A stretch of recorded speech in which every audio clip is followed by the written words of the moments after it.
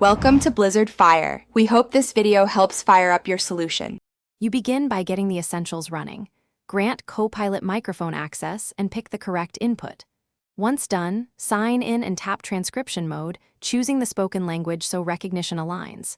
Make sure to select the active mic, built-in, USB, or headset because input choice determines clarity. Start a short test clip to check volume and background noise. If levels look good, press record and let Copilot capture the session. This first action unlocks the rest of the workflow. Once recording, refine how Copilot transcribes. Lower or raise gain and enable noise suppression so words aren't lost or distorted. Next, turn on speaker labels and timestamps to organize multi-speaker sessions. This helps when editing later. Use punctuation and capitalization toggles to produce cleaner text automatically. As Copilot streams captions, scan the transcript for misheard phrases and flag or highlight those moments. This saves editing time. Make iterative tweaks while you record to keep accuracy high and workflow smooth.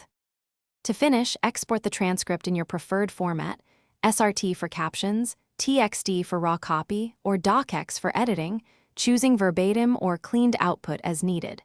Then perform a focused edit pass. Correct speaker attributions, punctuation, and any technical terms. Save a timestamped version for reference. If you run into trouble like poor accuracy or missing words, re-record short problematic segments or upload the original audio file directly to Copilot.